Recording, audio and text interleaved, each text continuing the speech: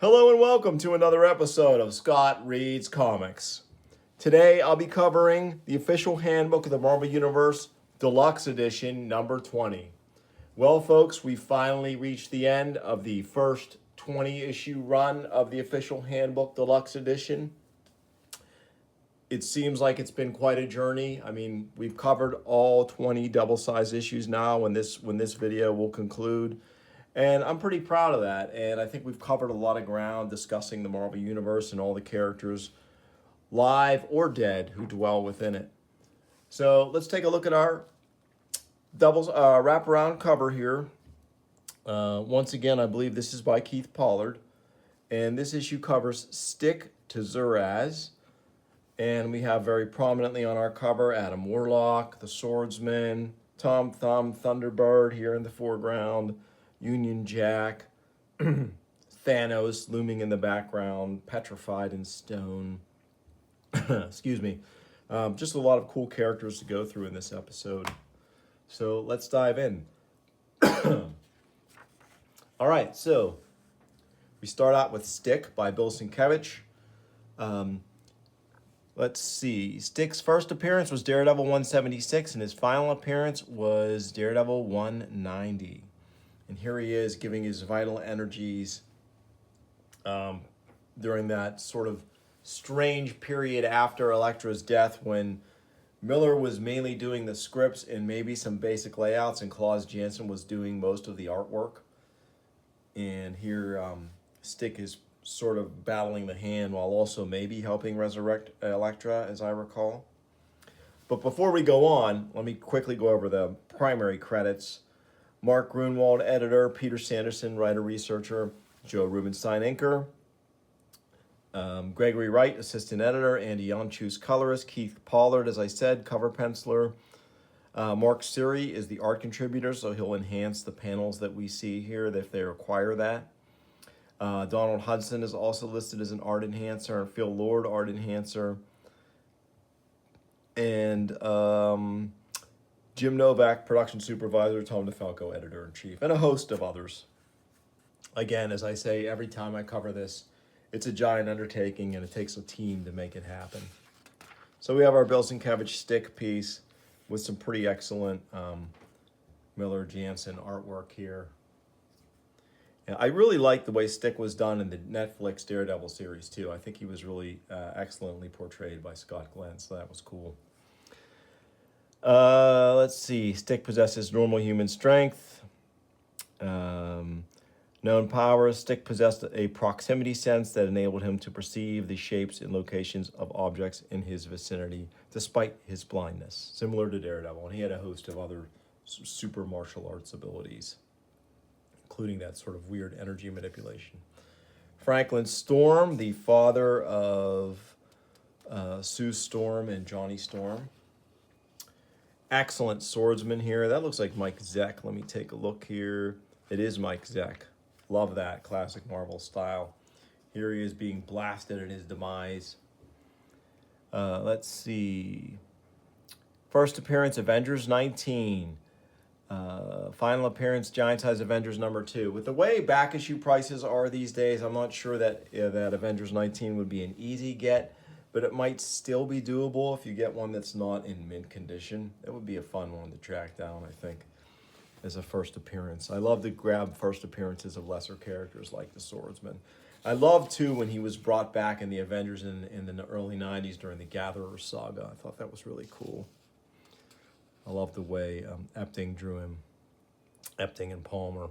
We have some great panels here from various classic Marvel artists, including, I think, Don Heck, among others. Maybe some Gene Colan in there.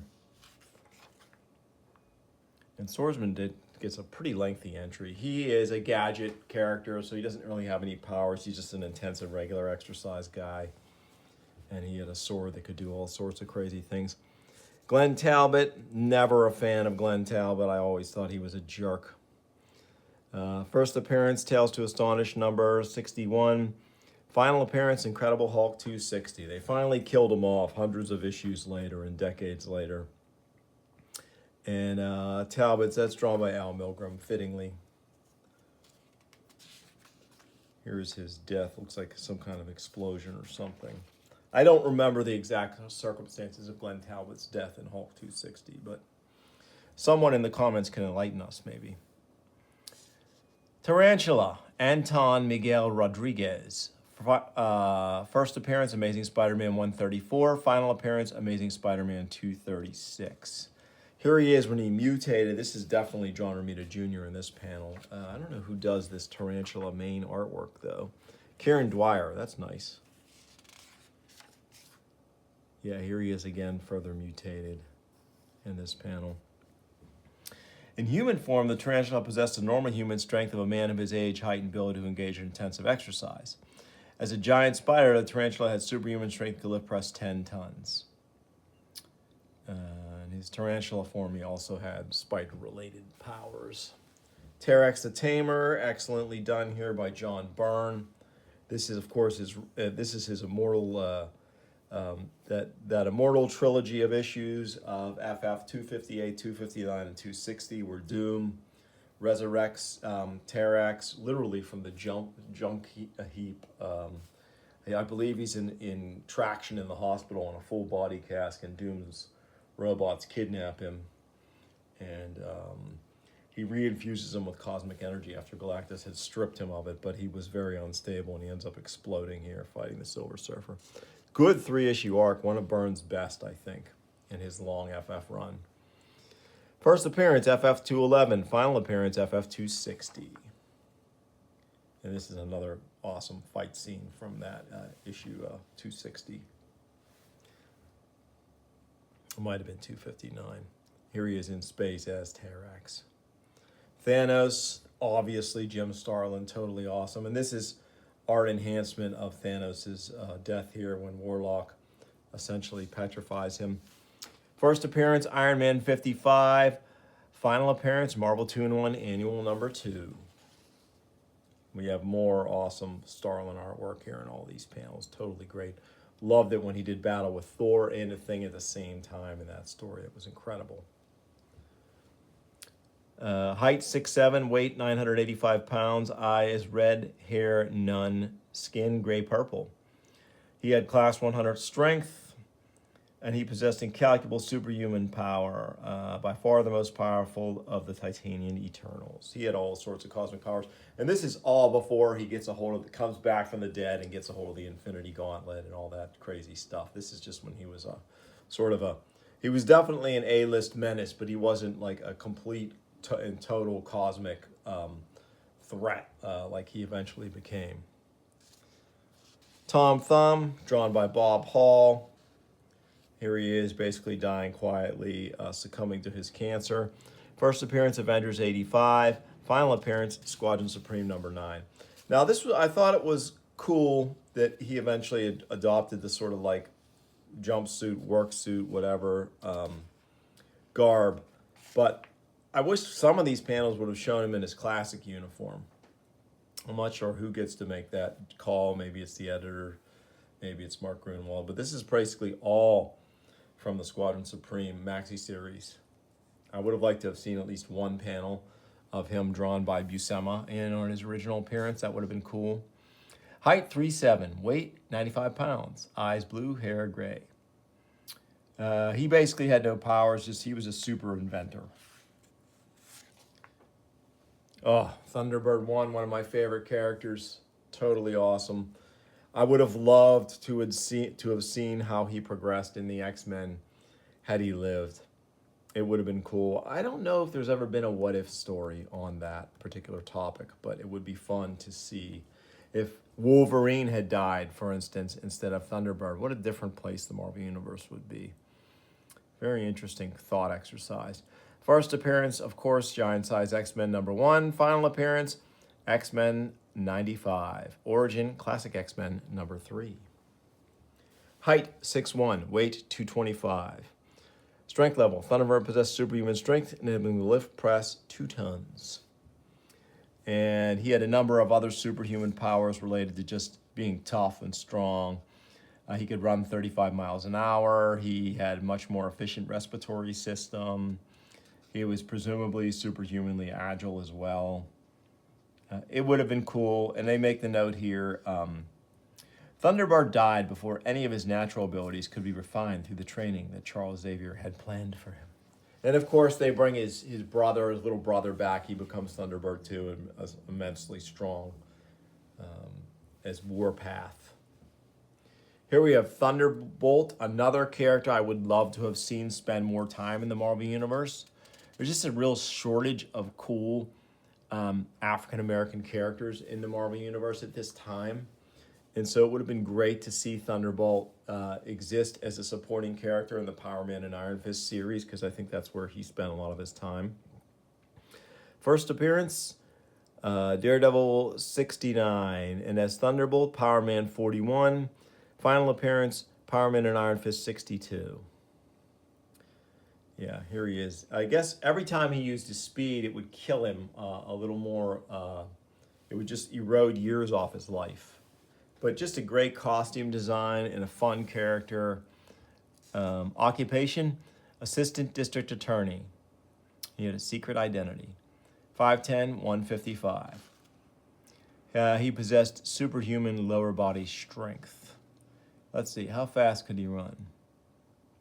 He was not as fast as the mutant Quicksilver. Thunderbolt could still attain speeds of up to 85 miles per hour. That's cool. Yeah, great character. He had a number of other, I think, gadgets as well built into his costume. Thunderbolt's visor was equipped with a powerful light called the Thunderbolt Lightning Flare, which he used to disorient and blind his opponents. Pardon me. Bump the camera there. Sorry about that. Okay. Back to our regularly scheduled program here.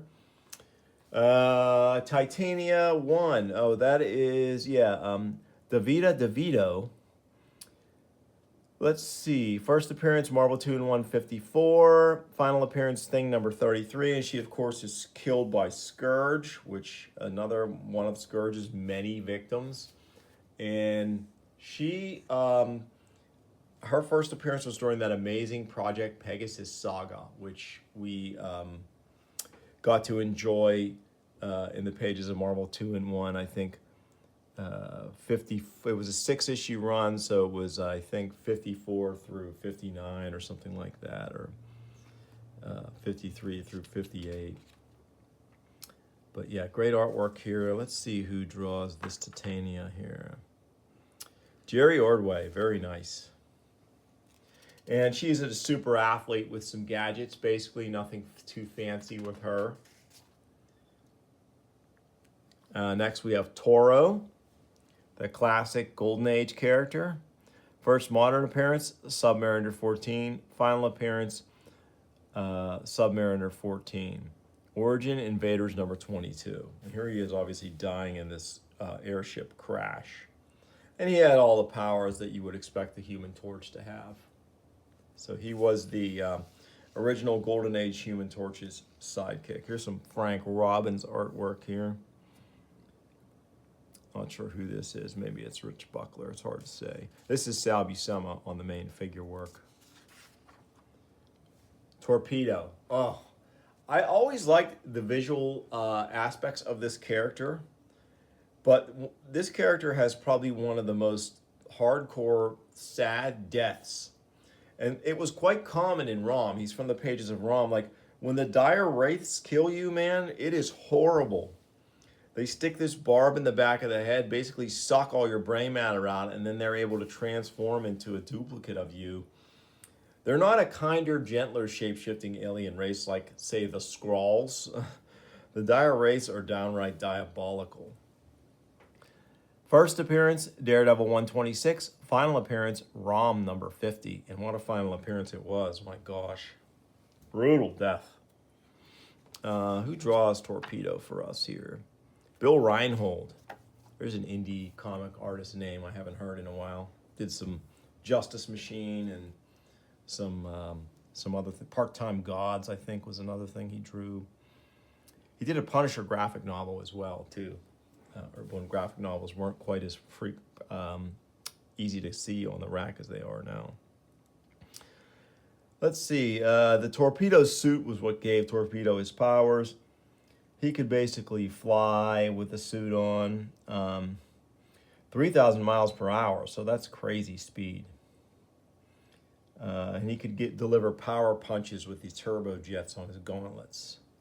So interesting character, terrible fate that he suffered.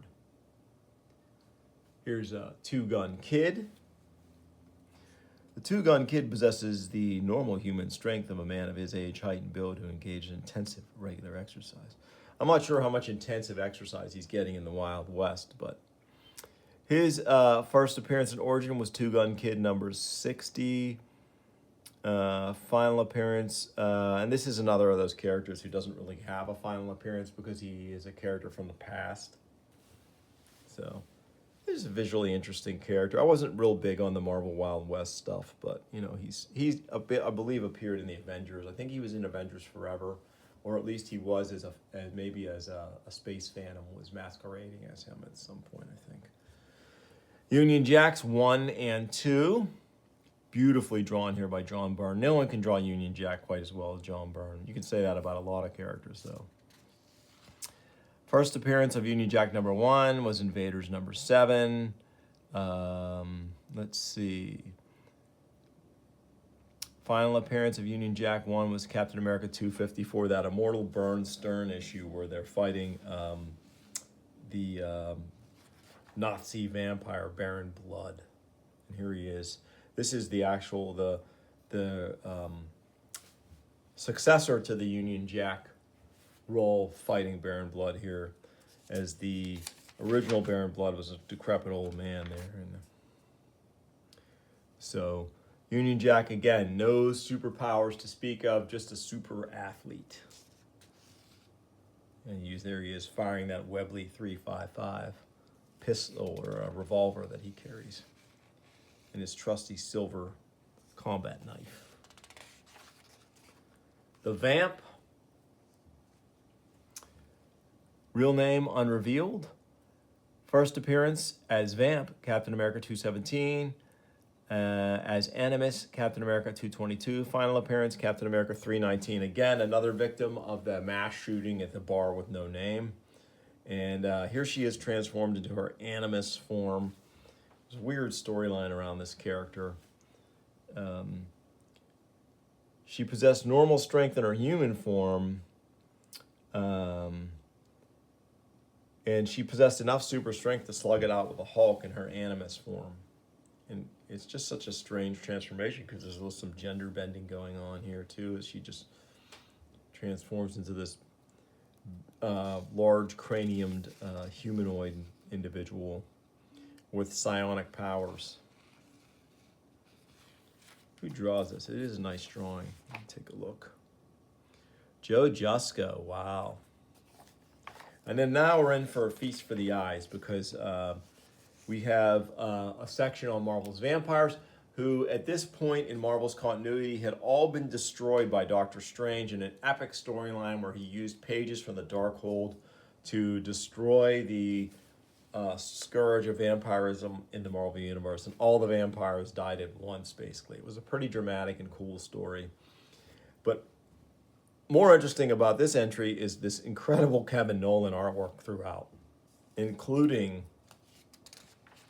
all of the micro entries on the various vampires of note. Just super cool Kevin Nolan artwork here. The Blade doppelganger, I just love this. Wouldn't you have loved to have seen Kevin Nolan do like an issue, a whole story of Blade in this guise? Just totally awesome. Yeah. This is relatively early in Kevin Nolan's career too, so he didn't do, I think, a ton of work for Marvel, but this is some of his coolest stuff that I've seen him do for Marvel. Rachel Von Helsing. This is great. Bill Sienkiewicz here from X-Men Annual 6, I believe. Yeah. So that's Stan Drake on the main entry. But yeah, this is some cool stuff. By this time, she's transformed into a vampire, and Wolverine grants her the, I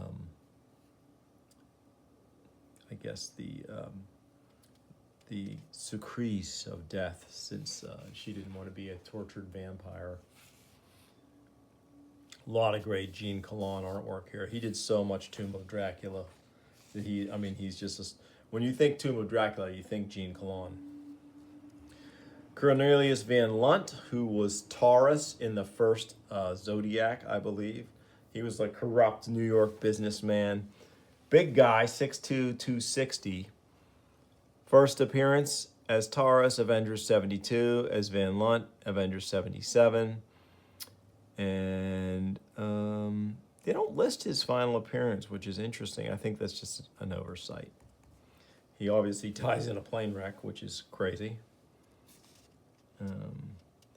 He was big and strong, but not super strong, and his suit gave him some limited abilities. First Viper, always thought he was a visually cool character, done in by his successor, the female Viper. He was a gadget villain just with costume-based powers. The Viper hurled darts tipped with lethal poisons. He also wore razor-sharp fangs on his right wrist that were likewise tipped with poison. First appearance, Cap 157. Final appearance, Cap 180. And then we have Adam Warlock, one of my favorite Marvel characters. First appearance, FF 66. Final appearance, Marvel 2-in-1 Annual number 2.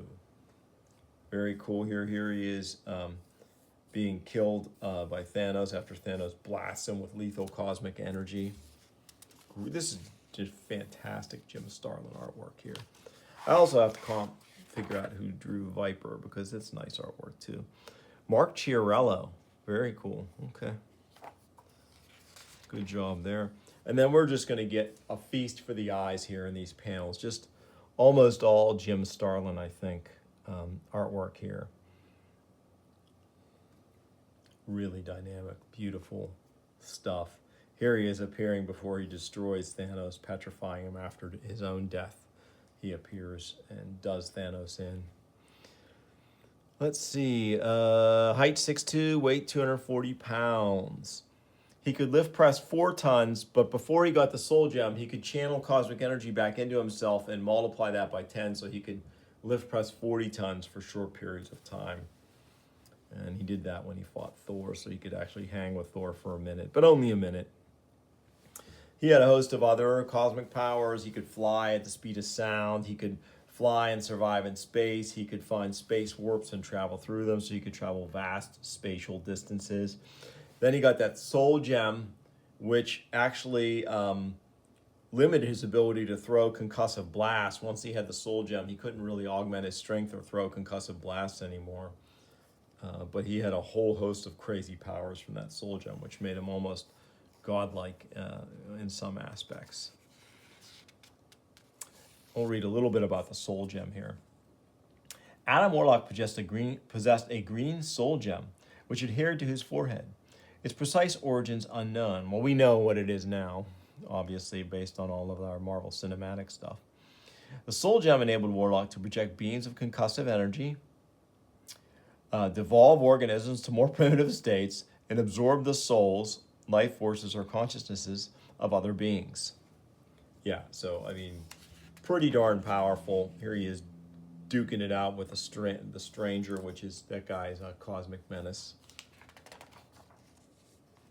White Mane Alfire. This is a Power Pack character.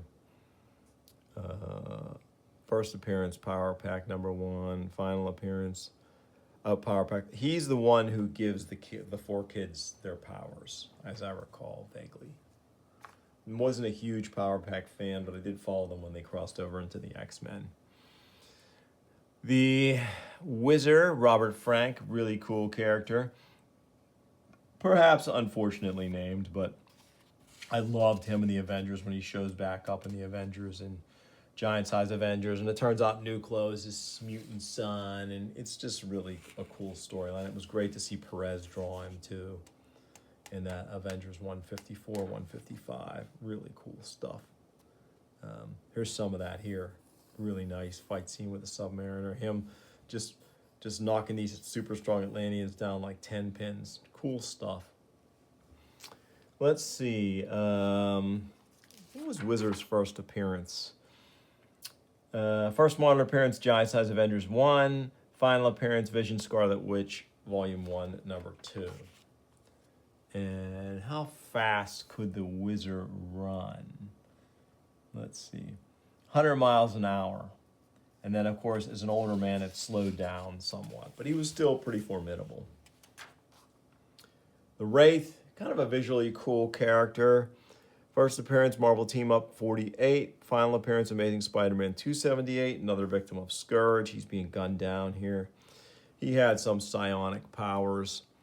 Real name, Brian DeWolf. I wonder if he was a relation to Jean DeWolf, who was that detective that Spider-Man had a friendship with.